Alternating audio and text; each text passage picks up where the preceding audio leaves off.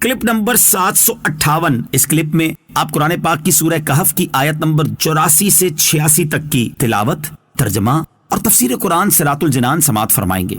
بسم اللہ الرحمن الرحیم۔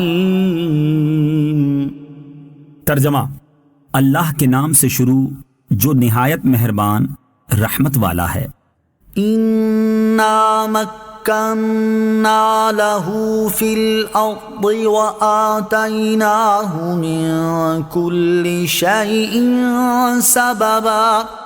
ترجمہ: بے شک ہم نے اسے زمین میں اقتدار دیا اور اسے ہر چیز کا ایک سامان عطا فرمایا۔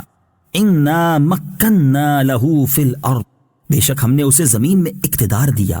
تفسیر صراط الجنان میں ہے، ارشاد فرمایا کہ بے شک ہم نے حضرت ذوالقرنین رضی اللہ تعالیٰ عنہ کو زمین میں اقتدار دیا اور اسے ہر چیز کا ایک سامان یا اس کے حصول کا ایک طریقہ عطا فرمایا، اور جس چیز کی مخلوق کو حاجت ہوتی ہے اور جو کچھ بادشاہوں کو ملک اور شہر فتح کرنے اور دشمنوں کے ساتھ جنگ کرنے میں درکار ہوتا ہے وہ سب عنایت کیا۔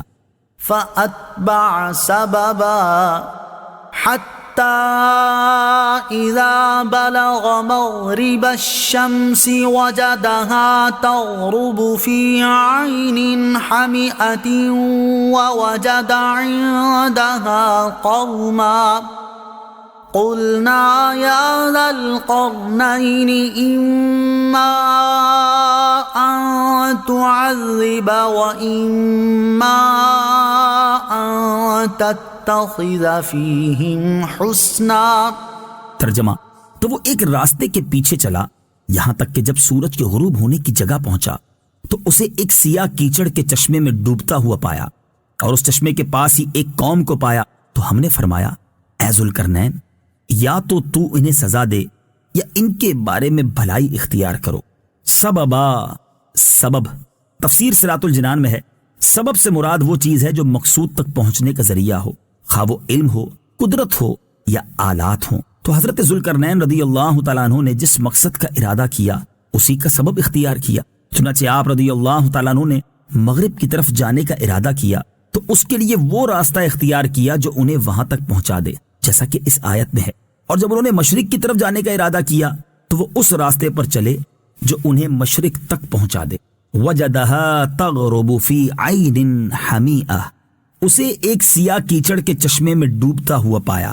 حضرت ذوالقرنین رضی اللہ تعالیٰ عنہ کے سفر کی ابتدا اس طرح ہوئی کہ انہوں نے کتابوں میں دیکھا تھا کہ حضرت نوح علیہ الصلوۃ والسلام کے بیٹے سام کی اولاد میں سے ایک شخص چشمہ حیات سے پانی پیے گا اور اس کو موت نہ آئے گی۔ یہ دیکھ کر وہ چشمہ حیات کی طلب میں مغرب و مشرق کی طرف روانہ ہوئے۔ اس سفر میں آپ رضی اللہ تعالیٰ عنہ کے ساتھ حضرت خضر علیہ نبینا علیہ الصلوۃ والسلام بھی تھے۔ وہ تو چشمہ حیات تک پہنچ گئے اور انہوں نے اس میں سے پی بھی لیا، مگر حضرت ذوالقرنین رضی اللہ تعالیٰ عنہ کے مقدر میں نہ تھا، اس لیے انہوں نے وہ چشمہ نہ پایا۔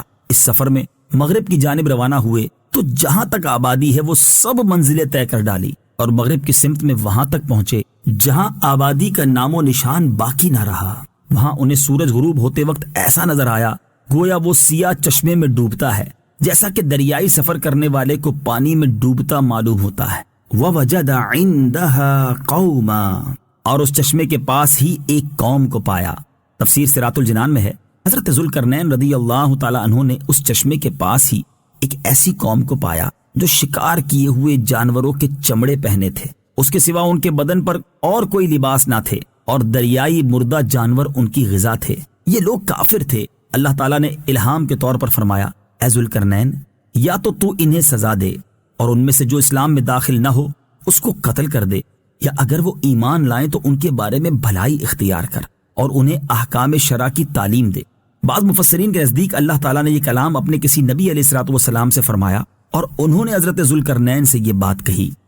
صلو علی الحبیب صلی اللہ تعالی علی محمد صلی اللہ تعالی وسلم۔ مجھے اپنی اور ساری دنیا کی لوگوں کی اصلاح کی کوشش کرنی ہے انشاءاللہ عز و جل۔